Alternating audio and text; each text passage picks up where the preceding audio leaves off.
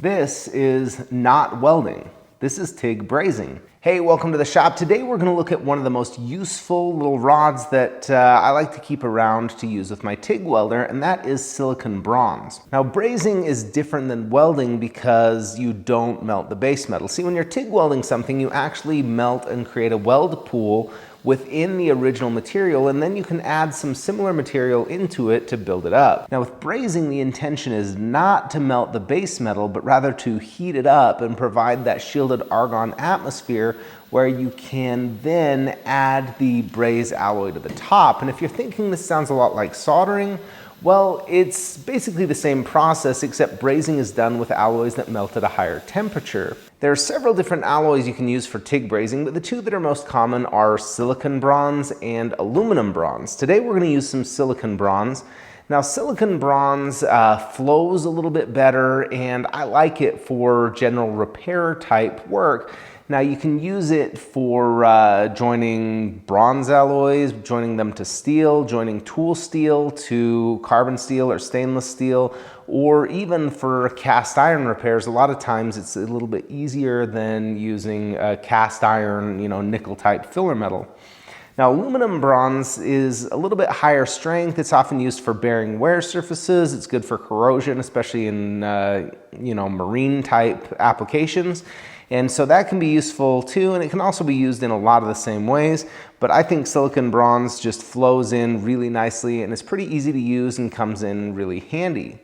Let's take a look at the setup that I'm using here. So I'm using HDP's new Independence 210. I'm running this on DC electrode negative, just your regular straight polarity. And I'm using a number 10 cup to give some good gas shielding, and my tungsten is just sharpened right to a point. And I'm just using a gas cooled torch here today. Now as far as amperage goes, I'm just going to leave it set right around 140 and then control things with my foot pedal and just add heat as needed. For the sake of demonstration, we're just working with some mild steel coupons here, and I'm going to tack them together in a lap joint configuration. Now, when you're learning fillet welds, I recommend a lap joint over T-joint to start. Not only is it easier to see, but when you weld the front side of a T-joint, the back side is oxidized, and so it doesn't run very well. Where with a lap joint, you can flip it over, run the backside, and the oxidation is over there, so the joint is still clean. Anyway, there's a little tip for you if you are doing a bunch of practice, but mostly I like these because they're just a little bit easier to film without that vertical plate getting in the way. Now, just for the sake of comparison, let's start off by running a weld with some ER70S6 or regular steel filler wire. Now I'm starting my weld puddle on the base material, and I'm actually going to form a puddle before I ever get the filler metal involved, and then I'll work my way along, and that filler metal is actually eating into the plate. Notice that top edge is just ever so slightly being consumed. You end up with something like this. You could add another pass if you wanted for more reinforcement, but that's the general idea. Now let's move to this silicon bronze wire. Now instead of the copper coated steel, it's this color all the way through. The hardest part, in my opinion, of a TIG braze joint is this start. See, I'm trying to heat this base metal up to the point that it'll actually melt the filler metal without melting it with the arc directly and without melting the base metal.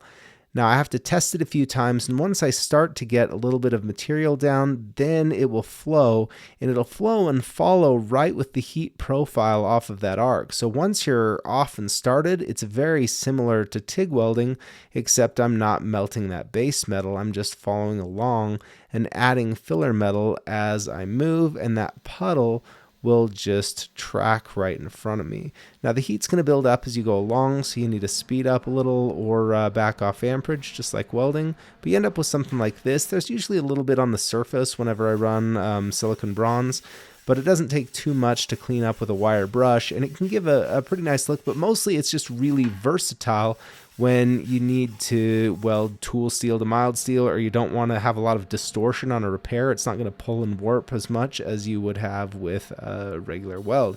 So it's pretty useful. I think it is kind of fun to look at the welds after you cut them apart. So let's go ahead and section through this one and just take a look at that braze alloy. You can see it's sitting right on top of those surfaces and doesn't penetrate in really at all. And that's the big difference with brazing.